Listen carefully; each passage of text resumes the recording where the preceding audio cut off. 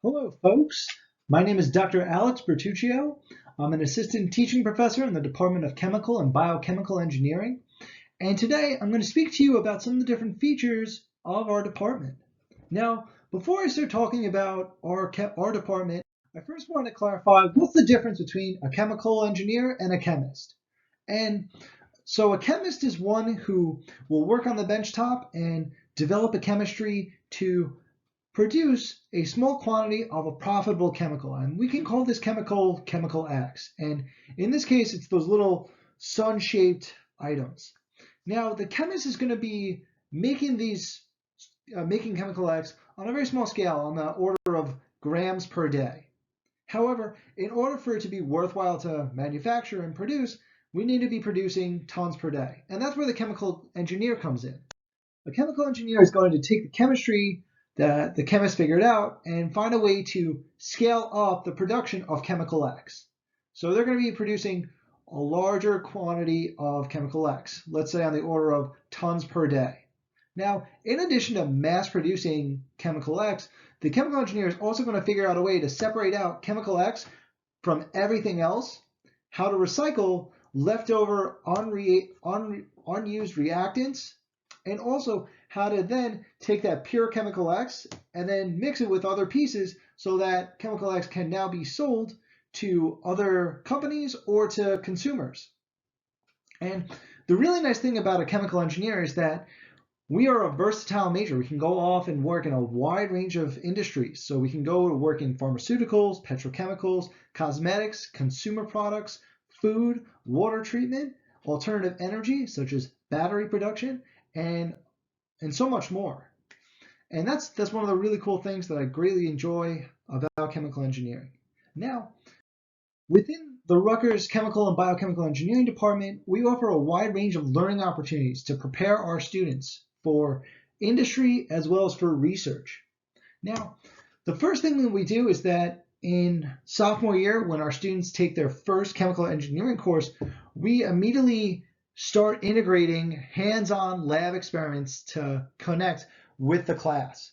So sophomore year, our students are actually going to go in the lab and conduct an experiment that connects what they've been learning in the classroom with the lab. And that's to help our students to have a better understanding and appreciation for the content that they've been learning in class and to understand some of the physical limitations of their system, the system they're working with. Now, we also have these lab experiments that are going on from sophomore year all the way through senior year, spread out across a wide range of classes. Now, in addition to this, we also have some building projects for our students. And one of them is a water filter that students will build in sophomore year. And they'll have to, quote unquote, purify water and turn water that has food coloring into quote unquote pure water, where they've eliminated a lot of the food coloring, right? And so we challenge our students to be creative and figure out ways that they can mass produce clean water. And we also have for junior/senior year students building hand pumps. And with these hand pumps, we challenge our students to make them cheap, lightweight, and effective, as well as creative. And while they're working on these two different projects, we also want our students to think about the economics of these projects and to understand that in addition to building the item, they also need to be mindful about the cost of making these different products and how that might affect the cost of the product down the line and how much profit they can be making off these products. So we're trying to incorporate a business mindset to our students as well, so they understand the bigger picture. Now, in addition to this, we also have a wide range of opportunities to help our students develop their soft skills. So students are going to be working in a variety of teams to better understand how to work with a wide range of personalities. They're also going to be working in groups to write lab reports so they can work on their writing skills. And they're also going to be giving presentations both on teams and individually. And during senior year, students have the ability to give individual presentations 4 times throughout the year to, again, help our students become well-rounded individuals so that by the time they graduate, they're well prepared for whatever industry they're going off into.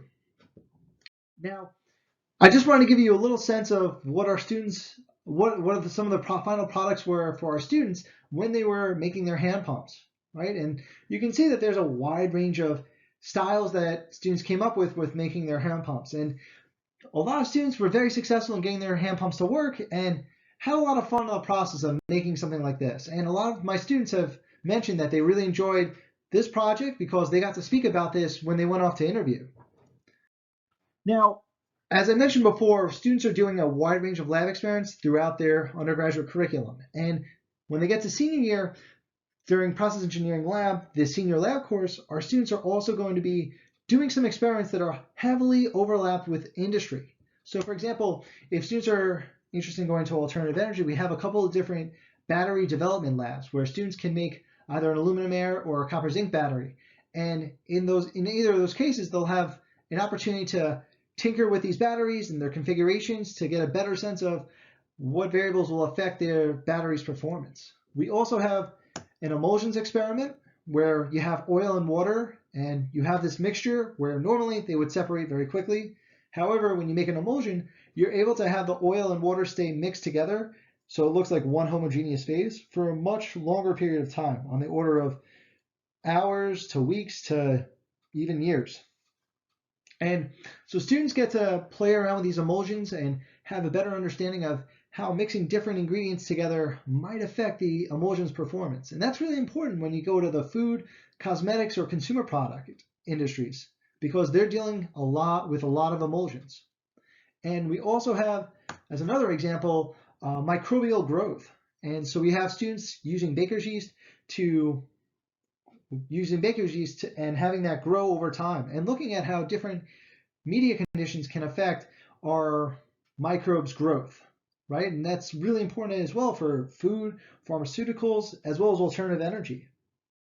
Now, I just wanted to give you a little sense of what our students look like during the lab as they're conducting a wide range of experiments. In the bottom left-hand corner, you can see our students are making different kinds of batteries. In this case, they're making the aluminum air battery. And in the bottom right-hand corner, these are some of our students that are working on a separations lab, which is a course for our junior year. Because as I mentioned before, our students are going to be in the lab for several classes throughout sophomore all the way through senior year. Now, in addition to our students getting these a wide range of experiences during their undergraduate courses, we also have some extracurricular organizations that are chemical engineering associated.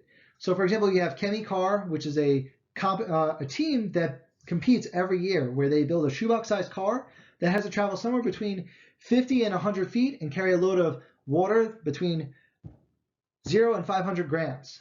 And the challenge is that students don't know how far the car has to travel, nor how much water the car has to carry until an hour before the competition. And so students spend almost the entire year developing their car, calibrating the car, getting a good understanding of how the car runs so they can best time all the reactions to make sure the car stops as close as possible to the target distance.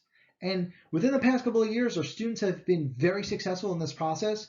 Our students have qualified for nationals the last 2 years by placing in the top 5. And in October of 2018, our team got second place at nationals. So our students are very excited with their performance, and a lot of students have been putting energy into this organization, which has been a lot of fun. We also have American Institute of Chemical Engineers, or AICHE, or AICHE, as well as Omega Chi Epsilon, which is the Chemical Engineering Honor Society. And those two organizations also complement the Chemical Engineering Department because they also help with developing the sense of community within the department. They organize recent alumni panels, graduate student panels. So we have help with Coffee with the Professors, which is a bi-weekly event for our students to interact with our professors, so they can hang out and get to know the professors outside the classroom, get a better sense of what the professors are all about and what hobbies we have. Okay, and so in addition to that, you may be wondering, okay, after all this time, where do our students go after they graduate? And so our students end up going to a wide range of industries. So we've got students going off into pharmaceutical companies like Bristol Myers Squibb and Merck. We've got them going off to food companies like Arizona Tea, Campbell's Soup, and Mondelez. We've also got students going into cosmetics, consumer products, such as L'Oreal, Procter & Gamble, Johnson & Johnson, as well as petrochemicals, Phillips 66 and Chevron, as well as consulting firms such as Accenture. So our students are going off to a wide range of large companies, but some of our students also go off to smaller companies as well. And in some cases, some of our students don't necessarily want to go to industry immediately. They prefer to go off to graduate school. And with regards to graduate school, again, our students are well prepared if they're going to get a master's or if they're going off to get a PhD. And so here's a collection of some of the schools that our students in the past couple of years have gotten into and are attending. And as you can see, our students are getting into a lot of top programs such as Princeton, MIT, Stanford, Michigan, Carnegie Mellon.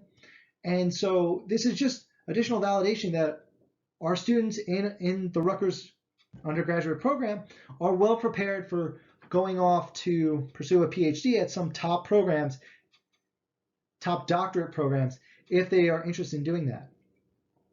And within our department, I also wanted to highlight that we're a medium-sized department, so we have about 80 to 120 students per class, and we have, and so since there's a large number of students compared to the faculty member, we also have learning assistants to complement these classes, where students that have previously taken the course and earned an A or a B+ will host study sessions with undergraduates. And those study sessions are capped at 20 students per session. And so we hold 2 or 3 sessions per class for the sophomores and juniors to, again, help our students if they need a little additional help and support, and to provide another opportunity for the material to be covered for our students, since the first time around it may not all sink in.